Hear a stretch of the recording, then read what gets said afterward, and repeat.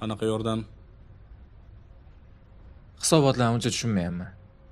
Shunga menga o'zingizda bor hisobotlarni bera olasizmi? Nega berishim kerak ekan? Boyagisi bilan solishtirib ko'rardim. Bugun meni ofisga kirgizishmadi. Uydan ham haydashdi. Qaysi aybim uchun, ha? Aka, oyim bilasiz-ku.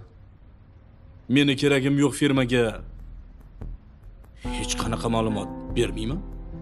Men sizni ukangizman, aka. Onamning yonida meni yonimni ola olmaydigan ukasan-da. Oyim jahllardan tushgandan keyin sekin sizni qaytarish yo'lini qilamiz, aka. Menga qara. Qachon meni yana firmaga va uyga qaytarsang, keyin sen bilan gaplashaman. Tushundingmi? Aka, Akalama. Undan ko'ra borib dadamga qara. bir marta yordam so'raganman, aka. Boshqa oldingizga kelmayman. Bilganingni qil. Tushundingmi?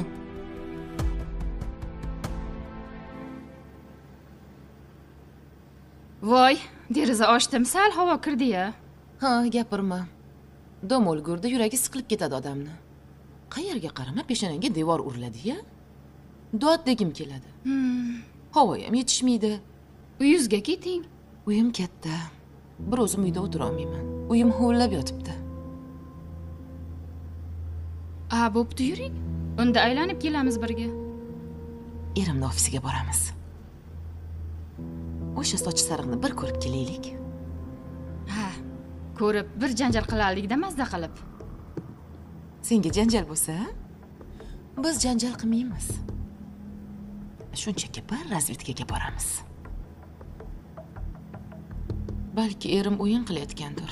Ola. Ketib qopti-yu. Qanaqa o'yin? Opa, ajoyibsiz-a. Ishonchsizni qarang. Xo'rjan xaltasigacha olib ketibdi-yu. Sho'ring qurg'ir biz ayollar erimizni sevayveramiz-da. Ishonib ketaveramiz. Tan olaman. Erimni yaxshi ko'raman. Shuning uchun ham qizg'anib yonib ketyapman.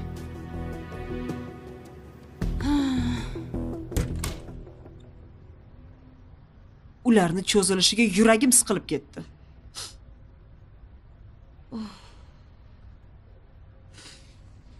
Dilnozani qayerga olib ketishgan ekan? Jinni bo'lib qolay deyapman, yuragimni siqma. Ober.